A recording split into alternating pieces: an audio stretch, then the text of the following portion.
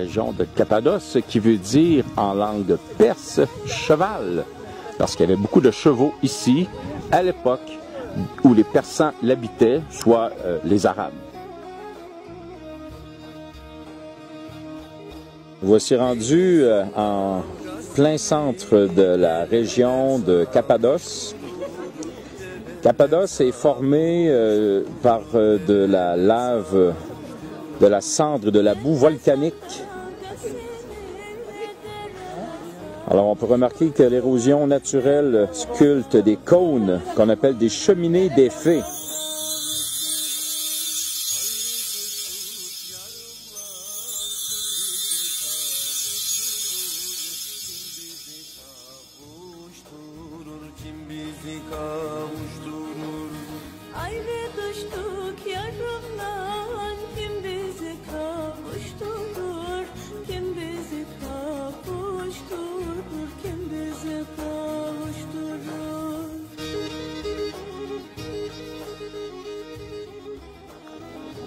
Nous aurons 300 marches à descendre comme ça pour se rendre tout au fond de la vallée.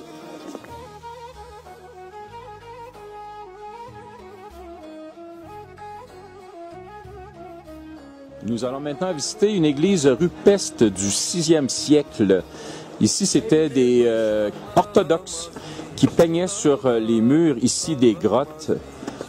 Les grottes naturelles, des fresques représentant la vie de Dieu. Alors, un petit coup d'œil sur ces merveilles, c'est très beau. Et on poursuit notre marche à travers la vallée.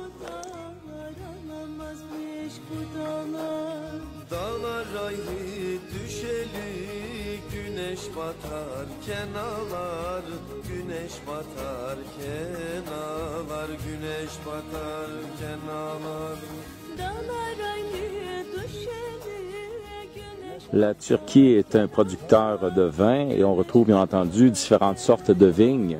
Un vin de cépage de Shiraz, très populaire ici dans la région.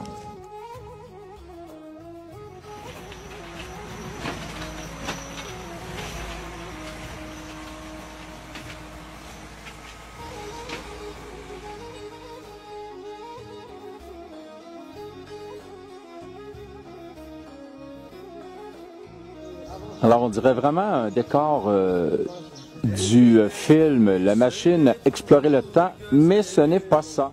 C'est des pigeonniers vraiment qui pouvaient accueillir jusqu'à 20 à 30 000 pigeons et les excréments servaient à faire de l'engrais pour les agriculteurs. C'était la principale manière ici de survivre ou de vivre dans cette région, l'élevage de pigeons pour l'engrais qu'ils produisent. Alors il y a des trous, des plus grands trous pour que les gens puissent entrer, récolter 2 fois par année les excréments de pigeons. Alors on retrouve comme ça sur le parcours des grottes naturelles, mais qui ont été, disons, adaptées pour y vivre. À une certaine époque, il y a des familles qui vivaient dans ces caves, ou ces cavernes si vous voulez.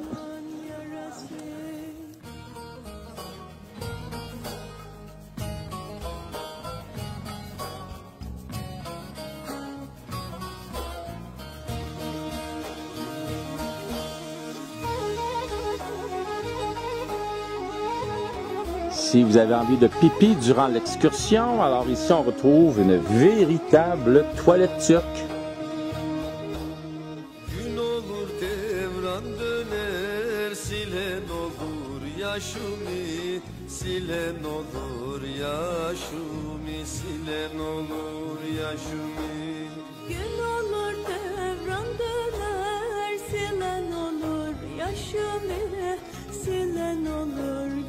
Une petite halte dans un autre petit restaurant typique sur la rivière, peuplé de beaux gros canards juteux et de jus d'orange frais.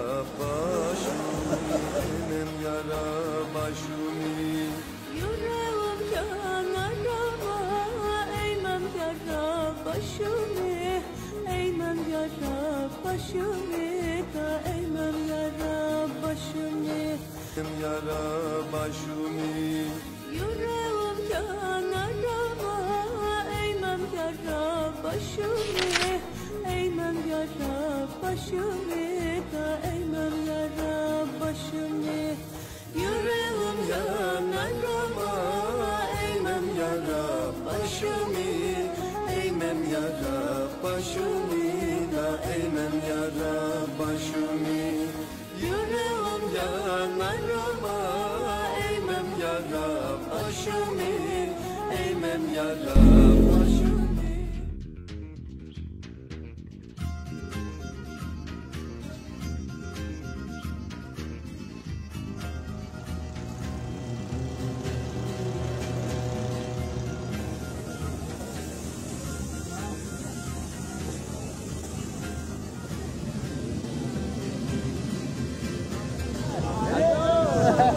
Salam alaikum. Salam alaikum. Alors voilà, on s'envole vers les cieux dans une montgolfière. Le temps est idéal. Voilà, pas trop de vent. C'est un temps magnifique pour cette aventure en montgolfière. Sereyim kurutayım, unut değilsin yarımda, ben nasıl unutayım o.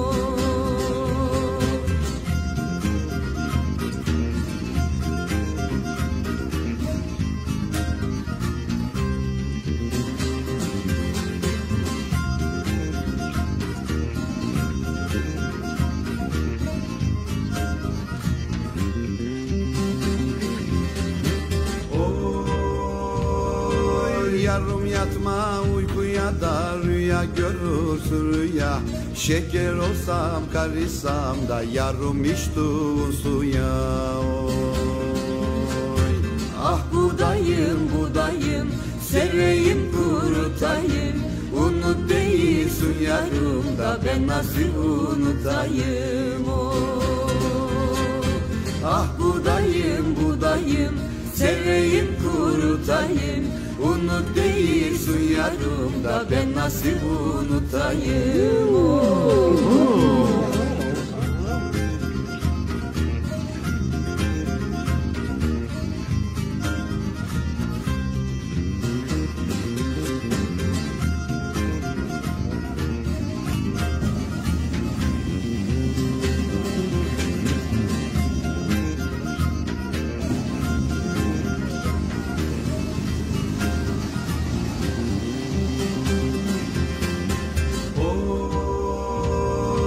Derenin kenarında da nuh toplarım anuk, çıksam yüksek dağlara da ağlasam yanık yanık oy. Ah buradayım buradayım, sereyim kurutayım, unut değilsin yarımda, ben nasıl unutayım oy. Ah buradayım buradayım, sereyim kurutayım, unut değilsin yarımda, ben nasıl unutayım oy.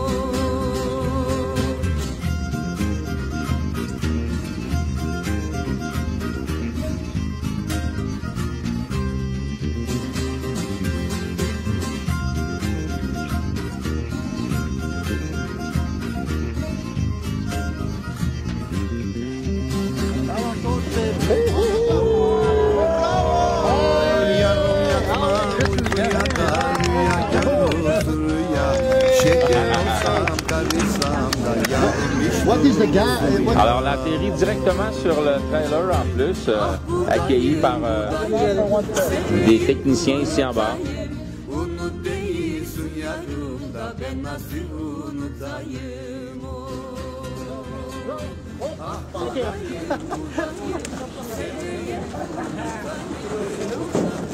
Alors, Yvan, t'as aimé ton excursion? Yes. Voilà. Ben oui, comme toujours. Qu'est-ce que tu as à dire là-dessus? C'est fantastique. Exceptionnel. Alors, un petit vin de mousseux nous attend à la fin de l'aventure.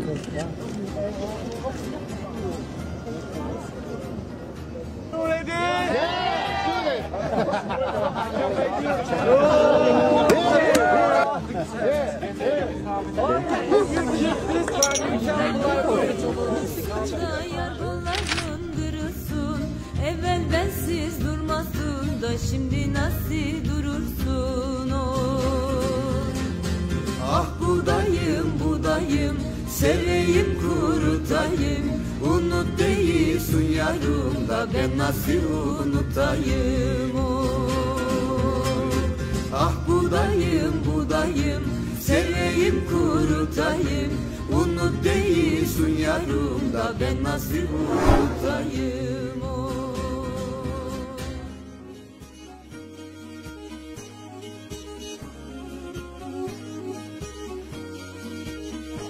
Alors, nous voilà rendus dans la section de la vallée de l'amour.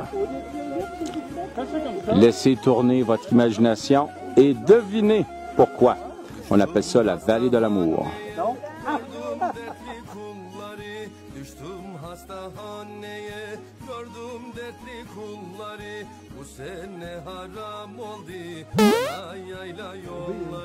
Alors, voici encore des cheminées de fées.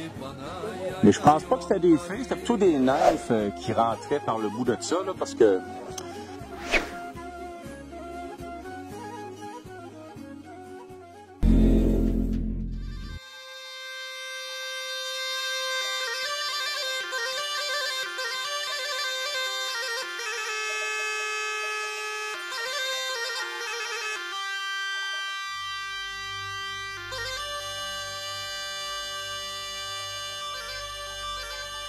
Alors, bien entendu, il y a des petites boutiques offrant toutes sortes de souvenirs dans des petits commerces sculptés à même la montagne.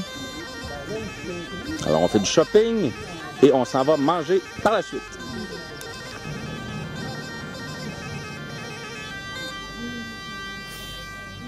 Yaylanın soğuk suyu da deldi barum deldi. Yaylanın soğuk suyu da deldi barum biliyorum neler güzelin yanayım. Une dernière visite pour la journée, un musée à ciel ouvert qui, à vrai dire, est un monastère qui, à l'époque où le christianisme était interdit, les prêtres venaient ici, dans la montagne, directement, creuser des églises et faire des fresques qui ont été faites au Xe siècle, que nous allons voir dans quelques instants.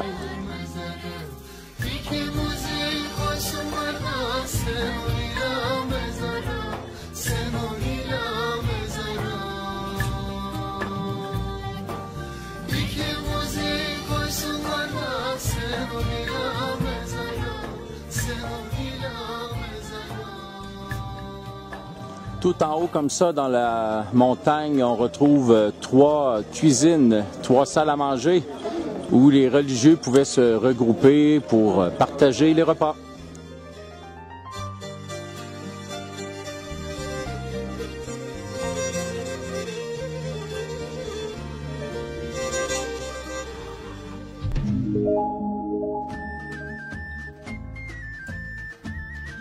Savez-vous d'où vient l'expression « tête de Turc » ?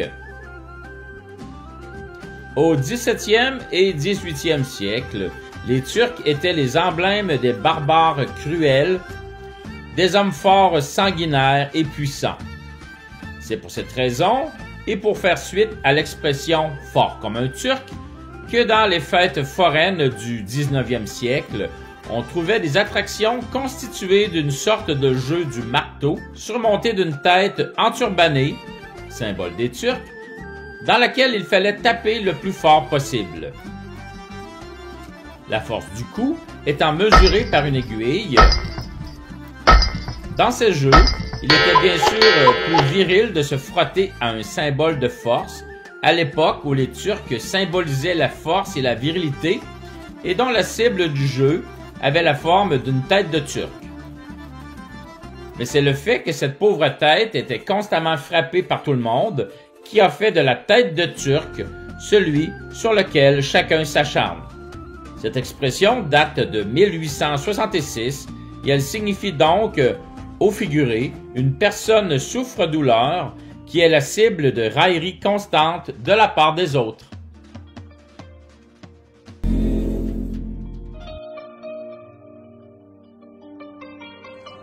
Nous visitons aujourd'hui une ville souterraine d'Erinkiyu.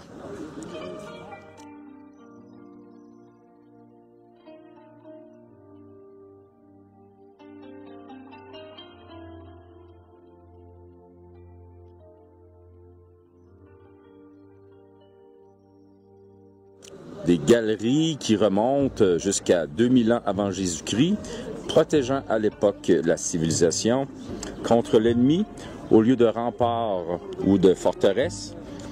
Un système ingénieux de souterrains jusqu'à 7 étages.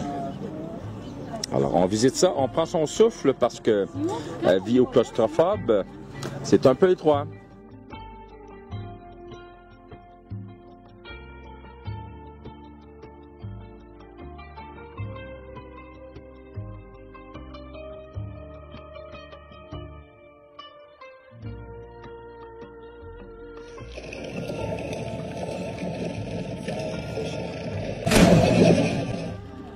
Cette véritable ville souterraine était occupée par les chrétiens qui fuyaient les Arabes au Xe siècle. On pouvait retrouver tout ce qu'on peut avoir dans une ville, une église, une salle communautaire, des maisons, un peu de tout, mais bien entendu très étroit, humide et froid. Comme vous pouvez voir, c'est très étroit à certains endroits et c'est plus large à d'autres. Mais ici, alors quand c'est étroit, c'était pour éviter que l'ennemi puisse attaquer à plusieurs personnes à la fois. Alors comme ici, il y en avait seulement qu'un qui passait à la fois. Donc c'était plus facile de tuer l'ennemi avant qu'il arrive dans les endroits plus larges. Ici, on voit un des puits d'aération qui servait à amener l'oxygène tout en bas, dans la ville souterraine. Bien entendu, à l'époque, c'était dissimulé par des branches et des arbres.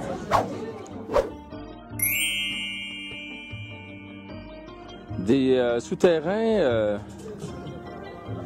raccordaient les villes souterraines aux maisons qui semblaient tout à fait normales, en surface.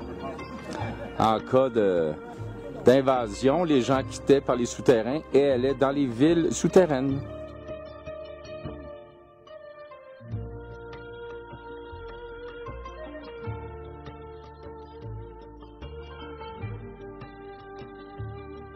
C'est ici qu'étaient gardés les animaux, les petites chèvres, les moutons, les poules.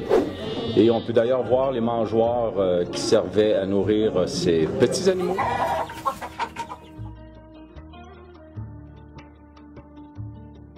Ici, c'est le palais de justice où se déroulaient les procès et où on pouvait attacher ici par des crochets sculptés dans le roc, on pouvait suspendre les criminels dangereux à titre de châtiment. On peut en avoir un d'ailleurs ici qui n'était pas évident. Voilà. Alors, bien entendu, les chrétiens aimaient bien le vin. Les grappes de raisin tombaient d'ici, du trou. Par la suite, dans un bassin dans lequel on piétinait les raisins qui coulaient dans le trou là-bas. Et par la suite, embouteillés dans des cruches en grès que l'on entreposait dans ce coin-là.